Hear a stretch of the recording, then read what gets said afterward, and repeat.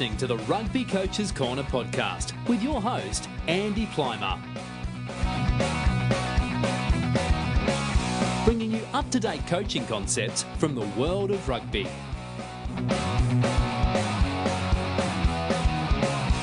Sharing ideas to make the game better.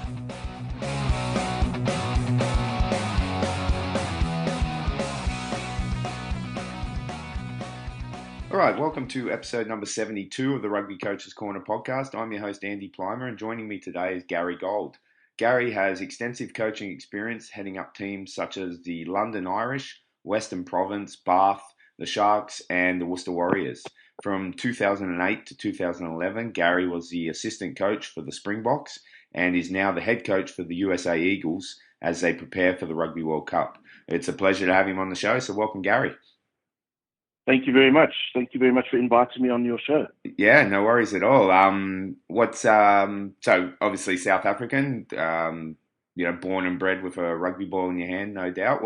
What's a bit of a backstory on your playing? That's probably the part of the equation I probably talk about the least.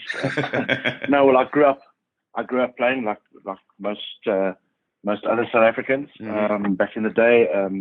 Rugby obviously being such a important sport at school, so played pretty much my whole school life, and then went to the army for a couple of years where I learned what properly getting fit is about. Yeah, no doubt. Played a rugby for the armed forces, and then played 13 years of club rugby in and around the Cape Town area, and thoroughly enjoyed it, and then made the move over to coaching after an injury. So yeah, I mean, it's pretty much been part of my life, my whole life, and just very privileged to be able to do what I love. Yeah, for sure. And reflecting back on some of those very first coaching experiences, what were they like? What were some of the things that you initially did, and that maybe you look back at now and say, oh, if I had my time back, I'd change this, and this. I think one who wants to continually learn as a coach, as I think any coach should, whether you're 20 years old or you're 70 years old. I think there's always, that's probably one of the issues of the job that we do, is that the sport does change. We are in a sport that changes. It's now just moved past being a teenager in its professional era, and I still think there's a long way to go before we're a truly global brand, but as those changes happen, we learn more and more. So, I mean, I've constantly learned. I mean, I think I've always taken something good and probably bad out of every experience that I've done in different places. But I never really ever want to get away from the gratitude aspect of how blessed and lucky I am that I got the opportunity when I did. I had a very good friend who I worked with at the time, who got an opportunity to go and be a player coach at London Irish, and he was looking for an assistant. It was amazing that he offered me the position. So it was very daunting for me, and I literally just retired from playing at 30 years old. I didn't actually have formal coaching experience, although I had done one or two courses, 2 years, or not even 18 months after starting to coach my local club team in Cape Town, I was a professional coach, coaching in the Premiership in England, and it was daunting. I mean, I genuinely remember players asking me questions that I didn't know the answers to. And that's the truth, I think looking back at that now, I mean, I think my saving grace is probably that I told the truth, and I said, I don't know. Yeah, absolutely. I don't know the answer. What do you think? But as time goes on, you learn like you would in any industry and in any field, and feeling vulnerable is a good thing. I think it can be a really good thing, because it can drive you. You get a very small window of opportunity in your life where people will be forgiving, but after a while, then you've got to get up to speed, and that was certainly what drove me in my early years, and then obviously from there got a couple of opportunities, to go back to Cape Town and coach my, the province I grew up supporting my whole life, and I was there for 5 or 6 years. and that coincided with me also being able to coach the Springboks, which was a dream come true. So, as again, still a relatively young coach, here I was being an assistant coach to the national team. So, I'm just, I still pinch myself 20 years later that I'm able to do what I do, and now loving the experience here in the States. Yeah, no, that's great. And what about coaching in South Africa? How's that different compared to elsewhere in the world? From you've coached in the UK, a little bit in Japan, now in the US. What stands out for you in South Africa about being a provincial coach and a national coach? The agenda. There's a lot of off the field agenda that takes place in South Africa. Being a coach in South Africa, I would say, you're spending, if you're lucky, 50% of your time coaching, 50% of your time putting out fires and dealing with other issues. That need not necessarily be issues. Again, I'm not saying South Africa is the only place that have got issues and that have got problems. I mean, the game is it's going through a really tough time in Australia at the moment. Yeah. The UK have been through their fair share of problems, although they're a very, very well run organization. The professional game there is very good. The French have got issues. I mean, obviously we've got issues, and we're a very we're a younger rugby nation, not necessarily in years, but certainly in professionalism in the US. So everybody has, different challenges. It's just in South Africa, it's still a very big sport. It's under the microscope a lot more than possibly elsewhere. And the desire and the hunger for South Africa to be, the best in the world is very real. And when you aren't the best in the world regularly, then the pressure's on. So with the advent of social media as well, it's made this actual job of coaching a really difficult job, because you're dealing with issues that coaches didn't deal with 30 years ago, 20 years ago. They dealt with the pressure. They felt the pressure. They wanted to win rugby games, but their lives weren't hung out in the public as clearly as our lives are now. So and that affects people in different ways. Yeah, no doubt. During your time with the Springboks, you were in the enviable position of beating the All Blacks 3 times. What are some of the things that have to go right for a team to beat the All Blacks on any day? Well, in a word, the cohesion. It was something I think is personally for me, the cohesion and the experience. I think personally for me, it's probably one of the most underestimated values in a successful professional sport organization, no matter what the sport is. So much so that I've actually over the last number of years started working with a company in Australia who measure cohesion. Van Darwin, we just had a group of that's right. The Gain Line guys. We had him on the show. That's great. They're doing some amazing stuff. They really are. And I had a very short consultancy time at Worcester Warriors and trying to help them 2 years ago when they were having a tough season and trying to avoid relegation, and just applying those principles in a very short period of time was remarkable and very clear to see the benefits of being cohesive. And so I mean, from a Springboks point of view, again, we must be gracious and understand what kind of a team we inherited. I mean, we inherited the 2007 Rugby World Cup winning team. A couple of players went off to, greener pastures for 6 to 12 months, and, fair play to Peter de Villiers, who was the coach, who was our coach at the time, and he got on a plane and went to get them back, and the experience that they went through in 2007, a handful of them were away in 2008, and we struggled through that year. And then towards the end of that year, when Peter got them back, there was a big incentive that we had, the very unique opportunity to play the British and Irish Lions in 2009. Right. So there was a huge incentive for a lot of the World Cup winning guys to come back and play, and getting them back in and getting them back onto the program, and buying into doing what they did really, really well was just, I almost feel a little bit embarrassed at times, because you didn't need to coach them very much. I mean, they were just such a strong group of players, such a fantastic leadership group throughout that group of players. And when I saw how we ended 2008 with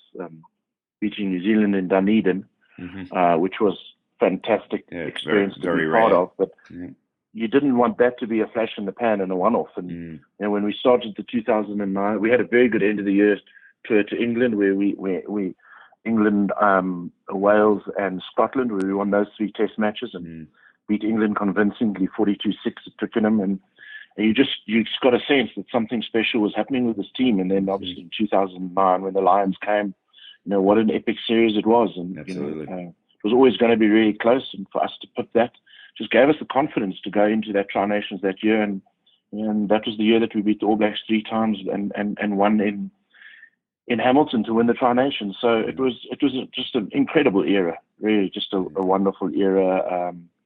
It's going to take a long time for a team anywhere in the world to really be as good and as unique as that crop of players were. Initially under Jake for the 2007 World Cup, and then under Peter leading into the 2011 World Cup. Yeah, great.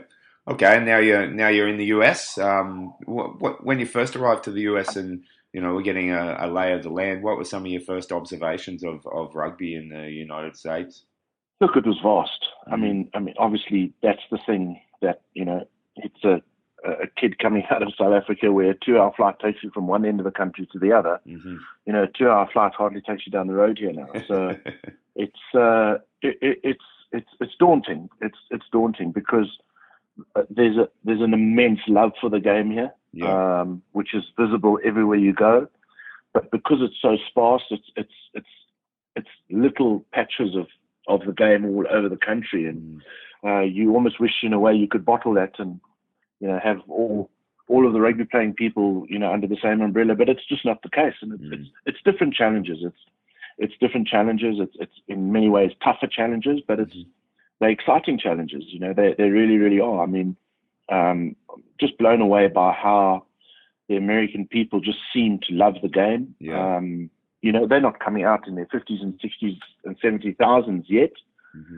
But I mean, I think with the work that Mike Friday and the guys are doing for the Sevens program, how they're putting the Sevens program on the map. This afternoon, we're going down the road to watch our women's 15 take on the Jenny and Barbarians, which is going to be historic.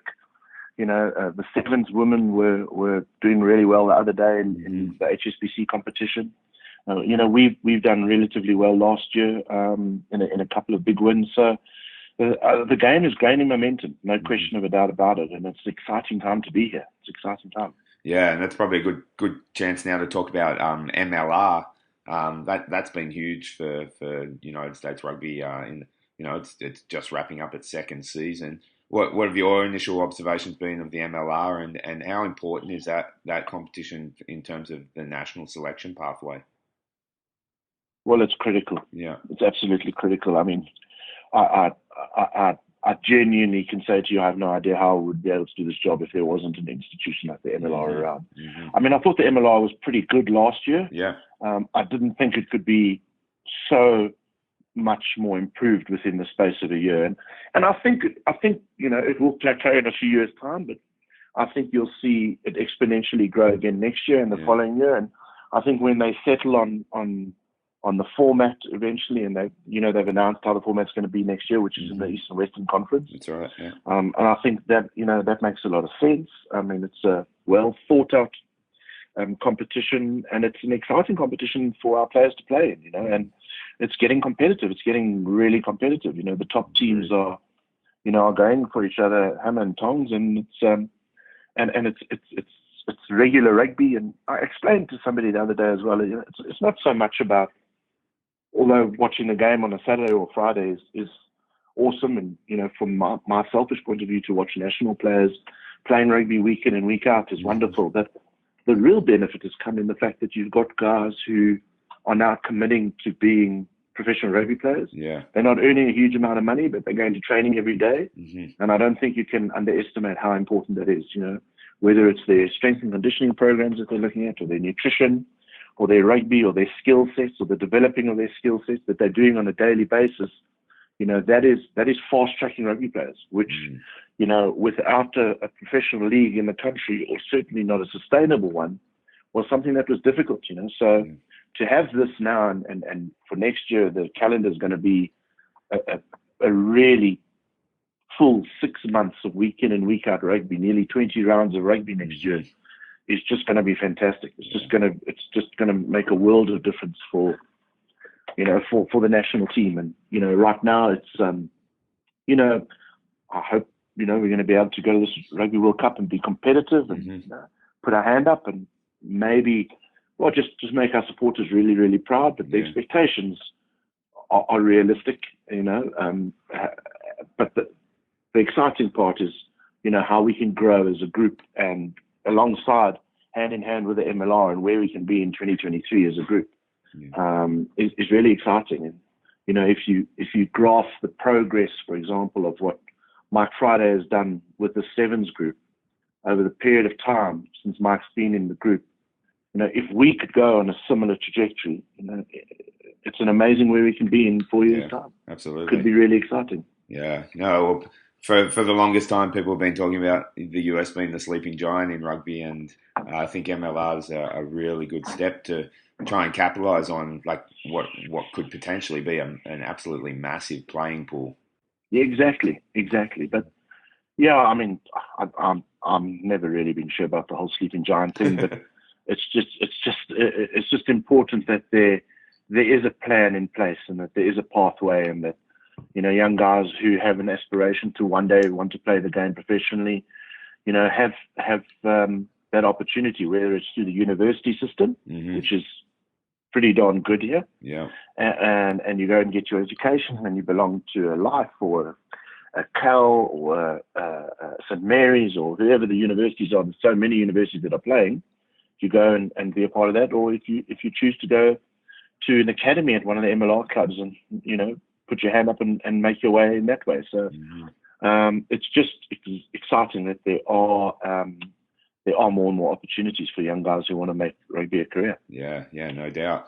Okay, and what about the Eagles? What's the preparation look like from now until you and the team get on the plane to Japan? How's that kind of going to be mapped out over the next few months?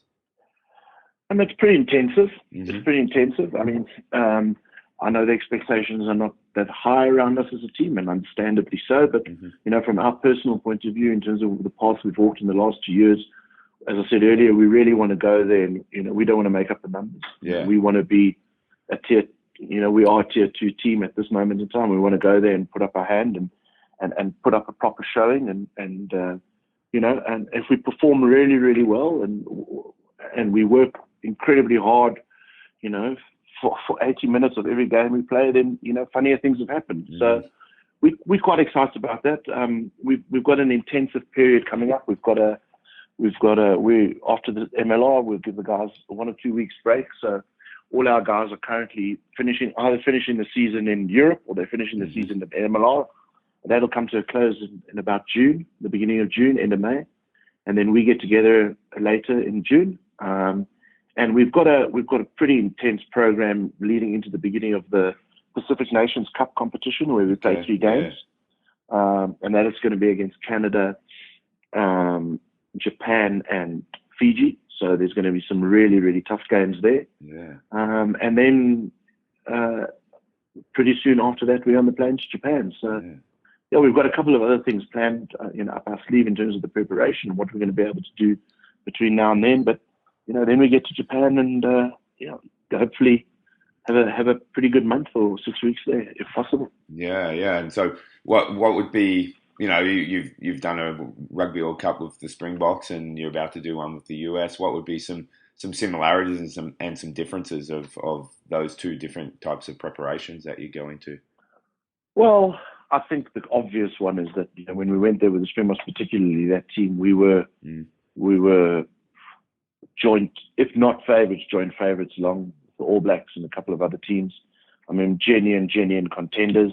I say this is no disrespect, but I don't think anybody would anticipate us being contenders. So, from that point of view, it's going to help us with our process, because it's going to, there's no rhyme or reason at all that it should block our ability to prepare properly and not feel those, those pressures of having a nation having this ridiculous expectation that you're going to have to win every single game when you play. It's just the nature of this group of players, though, is that, they're a very competitive group of players, and there's a huge amount of pride in putting on the US jersey, as I appreciate there must be for all the other countries that you play for. But, this is a proud sporting nation, and, they want to go to the World Cup and they want to put up a good show. So the interesting thing is that it's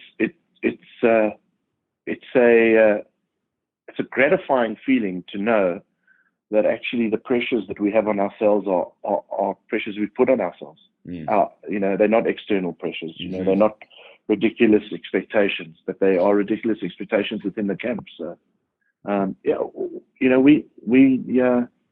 we think that we can be competitive. Even though we are in an unbelievably difficult group. I mean, I think we're excited about that. Yeah. I'm not sure if we wanted any easy rides, and I'm not sure it's going to help us in improving if we have easy rides. So it's a hell of a tough pool. It's definitely the toughest pool in the competition, and therein lies an opportunity, because whilst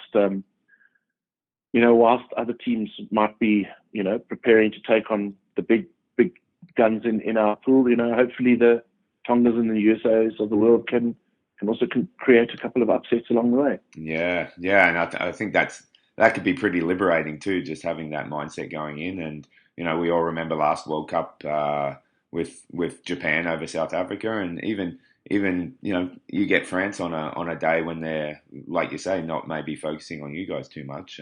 Anything could happen there. Exactly. I mean, the key thing though really is not to have to rely on other people messing up. That your preparation is as solid and as secure as you possibly can be, so that if that opportunity does arise, you are prepared for it. But that's sort of something we can't control. We don't know that. I think certainly with teams like England and Argentina, I can't possibly see them, taking anybody in the pool lightly. But there is an expectation, and maybe some people won't want to talk about it, but there is a expectation that all the other teams in the pool should be getting 5 points against us and Tonga. And when that bar is set that high, and 60 minutes into the game it's not going so well, then pressure's a funny thing. Pressure's a funny thing. So it's our job not only to go there, have a wonderful time, enjoy and lap up what it feels like to be part of such an amazing event, but also to make sure that we're the best prepared we possibly can.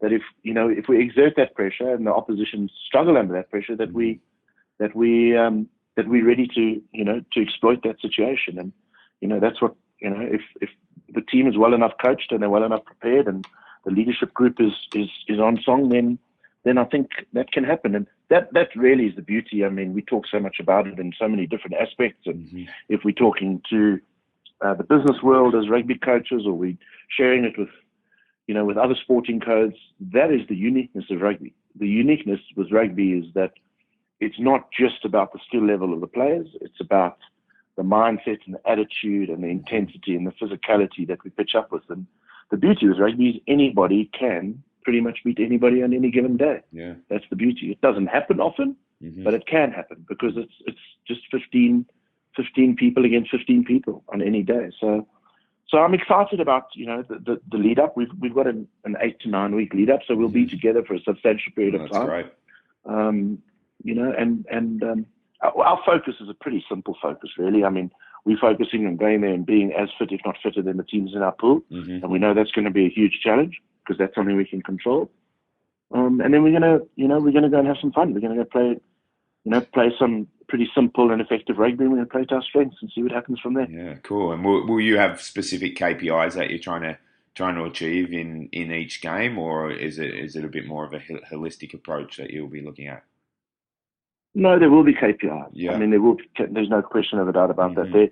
There's certain things over the last year to 18 months that we think we've done well, and when we do that well, it gives us a better chance to be successful. Yeah. And there's things that we feel, and we found that when we delve into them and we try and play a type of brand in that way, that we fall short, and we, to be blunt, we're not good enough at it. So, from our point of view, the KPIs, I think we have to have the KPIs. We have, there's areas of our game, and we're not in England. I can't look at our team and say that we are absolutely laden with strengths in every corner of our team yet.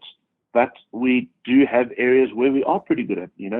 2018, for example, we had a very, very successfully functioning line-out. Our line-out against everybody, against, in terms of clean ball and deliverables and set piece, and, more tries are scored off line-outs than any other starter player. So if we're just getting that small piece of the foundation right, at least we're giving ourselves a chance. Absolutely. But I think if we delve into areas where I use the cliche because it's an easy cliche to use, if we think we can play like the All Blacks right now, we can't. We're not good enough yet. And that's the issue, and that's I suppose it's part of the planning and the process. It's part of the intelligence as a coaching group that we share with the players, and just try and play towards our strengths. So there will be KPIs around those things that we think we do well. And if we just, stay focusing on those areas, for as much of the game as possible, then I think we'll do quite well. Awesome. Okay, cool. Just moving on now. Just you as a coach, what's your favourite part of the game for you to coach specifically? And if someone was watching you coach, say a 20-minute session on a particular area, what are they going to see? What are they going to hear?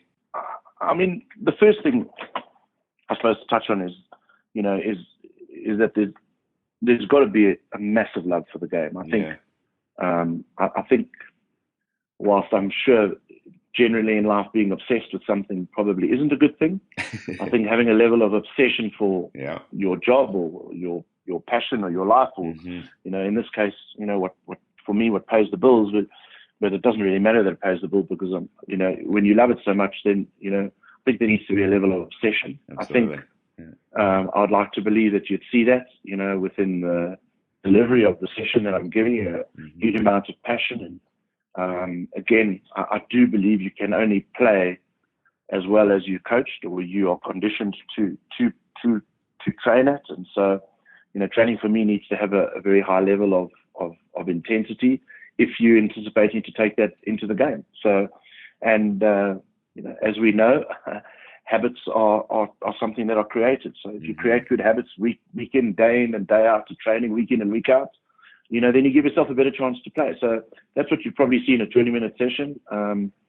But I think from a philosophy point of view, for me, it's amazing to win. I love winning. I think I probably hate losing more than I love winning. I know that's a difficult thing to get your head around, but I absolutely, genuinely, more than any of that, because you are going to lose, and I know that that's a given, and you're going to have very, very tough times, and that's a given. And the reality that you're going to be a coach, even if you're the most world-class perceived coach in the world, you're going to lose, and you're going to lose at big times and big moments. And for me, the part that excites me the most is when you look through the wood through the trees, almost, as they say, and when you see a player playing to his potential and playing so well and getting recognition, whether it's at his club or whether he gets called up to play for his country, that for me is the most satisfying. Because within the game that we play at the moment, it is such a metaphor for life. I mean, there's so many tough days. I mean, you can play brilliantly one weekend and you're going to have to go through the same process and get back up and get out again, and someone else is going to come and try and smash you a week later. And the more you get to the top of the tree, the more people want to see you knocked down. And when you see a player realize his potential and you see him almost wide out because even he didn't think he could reach it, just because of the bravery and the courage that he's shown to, whether it's work harder in his fitness or change his lifestyle or work harder at a skill set, and then you see them achieve their goal and the satisfaction it gives them and the recognition they get in their life. Many, many, many times, not often, not all the time, but many times, it's guys who haven't achieved stuff in other things. They maybe academically weren't the smartest kids at school, or got teased because he's a little bit overweight, or he's taller than other guys, or he had bad skin, or whatever the case may be. And this is when you see somebody realize that all of a sudden they they've earned respect in other people's eyes because they've gone out there in what we know is a really tough sport and they've excelled is hugely gratifying, massively gratifying. Yeah, that's a big part of why we do it for sure, no doubt. And you can get that in the professional setting, no doubt, and also in the amateur setting as well. I think that's a really important part around coaching, that what you can do for your athletes. Yeah, I think it's everything. I mean, at the end, just to finish off on that point, I do think that, I mean, if one is going to get into coaching, you're going to do it for your own satisfaction. I don't doubt it. But if you're doing it for your own self-promotion, it's going to be a problem. I think you're going to really struggle in the long run. If you do it because you genuinely want to make a difference in someone's life, and rugby is the type of sport that can. I mean, if you can transform an individual from a pretty average rugby player into a great rugby player, or from a poor rugby player into an above average rugby player, and they get that sense, that's going to live with them for the rest of their life. Yeah. They're gonna apply that same methodology to when one day they finish playing rugby and life is tough, and money is scarce and work is difficult. They'll apply that same methodology because they've been through it before. Yeah.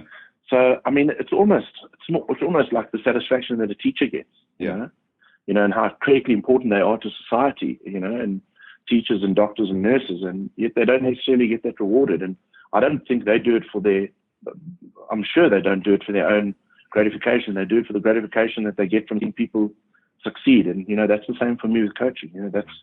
If I feel that I'm not making the players better, I'm more concerned about that than whether we're winning or losing. Because often I've been in a situation where we're winning and I don't think the players are getting better, And I'm not sure. It's just, they might just be better players. So. Yeah. Okay, great. Well, we always end the show with the same final 4 questions. When you were a young guy growing up in South Africa, who was one of the players that you really looked up to and idolised in the game? I think Morné du Plessis. Yeah. He was a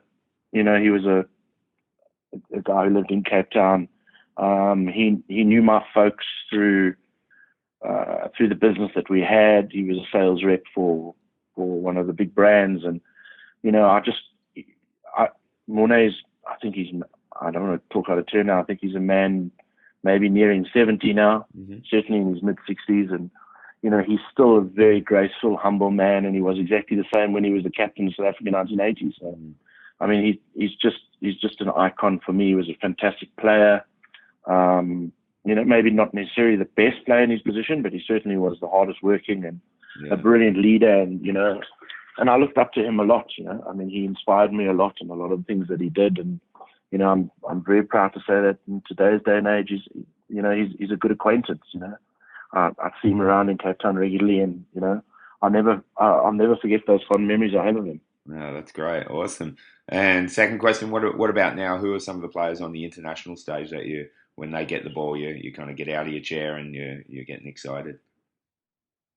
Well, there's becoming so many more now. Yeah, it's crazy. So many more. I mean, I love watching even 15s as well. I love Fiji. Yeah. I just think they're they're fantastic people. I love how they live their life. But you just get a sense that when you're watching them play 15s, you're watching them play 7s.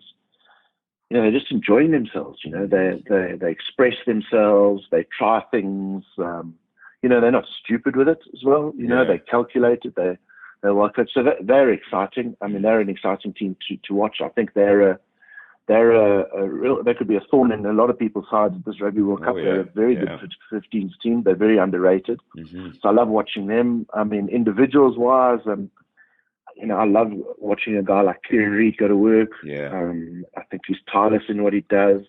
I just enjoy watching Richie McCaw. I love watching a very good halfback pairing run a game. Conor Murray and Johnny Sexton they're a joy to watch when you see them pulling the strings. When Owen Farrell plays well, he's a joy to watch as well. Bowden Barrett you just look at the slightness of the guy and you think, how on earth is this guy the best player in the world at a stage? And he is. And he just doesn't make mistakes. And it's like watching a genius at work. And watching a midfield pairing. evaluating the defenses in front of them and making split-second decisions in terms of whether to run a short line or get the ball out the back, or watching a playmaker take the ball to the line, and you can just see his mind's going at 100 miles an hour because he's trying to evaluate the shoulders of the defender, and he wants to make the right decision. Those are the joys of the nuances of the game that I love watching. And there's nothing. It's maybe a bit sad, an indictment of my life, but there's nothing more exciting than watching a well-constructed try. Outwit and beat a defense, and you look at it and the defenders haven't actually done anything wrong. Yeah, they haven't actually done anything wrong.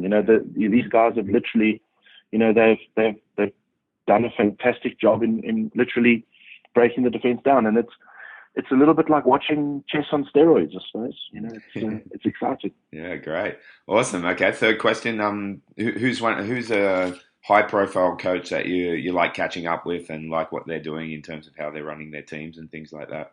I've been cliche, but he's become a very good friend over a number of years. But I really enjoy my time with Wayne Smith. He's now coaching the club that I used to be at Coley. He was the assistant coach while I was assistant coach at Springboks for 4 years. We first coached against each other back in 2001 when he was coaching Northampton. I was coaching London Irish, and they had 13 internationals in the Northampton team, and we played them in the cup final with Twickenham.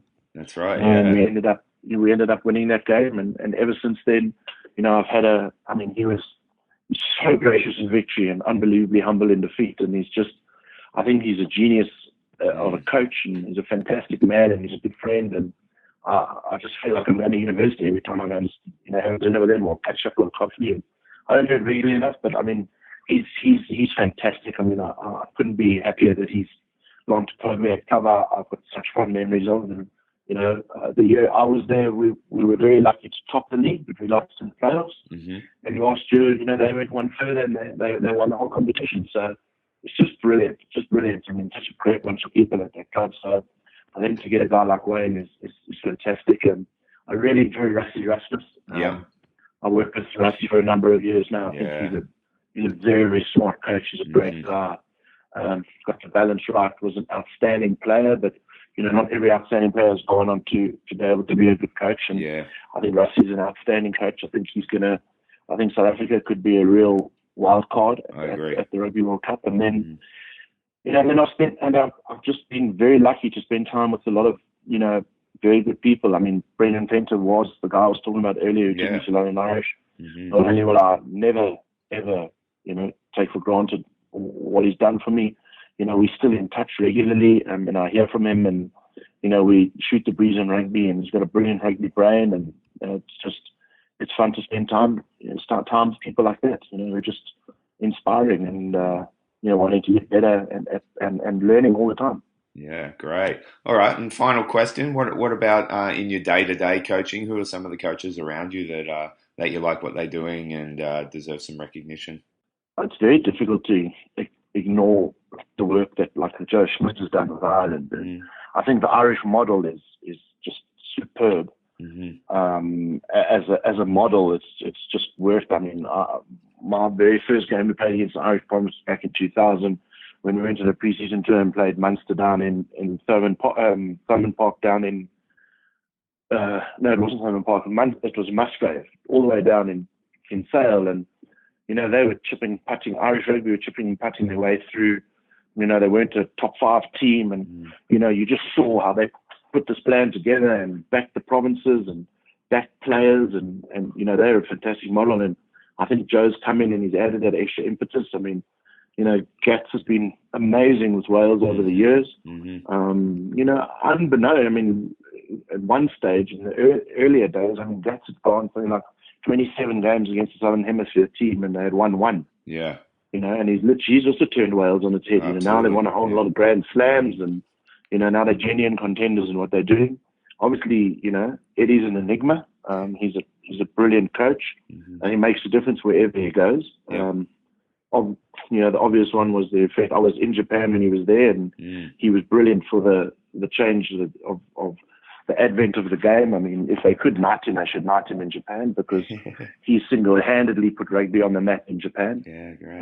And I think he's brought a real edge to England. And Again, I've mentioned Rassie already. I mean, I think Rassie's, I use the word very lightly, but I think he's a genius when it comes to that. So he's got a much tougher job in his hands than almost any other international coach. So, I mean, I think he's doing fantastic work. And then just a guy like Rob Baxter down at Exeter, I think massive credits to the management and the ownership of that organization, that club, for the way they've gone about their methodology of running that as a business. And, win, lose or draw, they were always going to back Rob. But the funnier thing, again, going back to cohesion and looking at how to run a business, if you want to be a successful sports organization, but Rob has delivered year in and year out. And, they're actually not from 1 through 15. They're not necessarily the most star-studded team on the field. They don't have ridiculously high-paid superstar status guys. They've got very good rugby players. But as a collective and as a unit, I mean, what he's got them doing is nothing short of sensational, And I think pound for pound, like if you were to do a due diligence in terms of efficiency, I'd probably say they're the best rugby team in the world, pound for pound. If you think about it, like earnings per player. Salaries are very, very good, and Northampton are coming good under Chris Boyd. But I think pound for pound, if you have a look at how much they're paying their players and the loyalty aspect and the length of time that the players have been at the club and the success that they've achieved in a relatively short space of time. I mean, felt like yesterday that they were a championship team and never ever looked like they were going to be playing in the Premiership. And now they're English champions on a number of occasions. Yeah, that's fascinating, really interesting. All right, Gary, well, really appreciate you giving up your time from what no doubt is a really busy schedule preparing the Eagles for the upcoming Rugby World Cup. I think listeners would have got a huge amount out of this one. And I just want to say thank you and appreciate you coming on the show. Thank you very much for having me. It's been fun. No worries. Cheers. Thanks for listening to the Rugby Coaches Corner podcast. If you enjoyed the show, please leave a review via iTunes and keep listening for the next episode.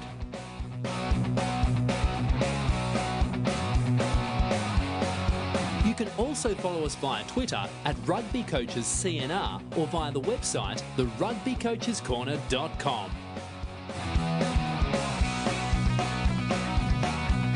Until next time, keep sharing ideas to make the game better.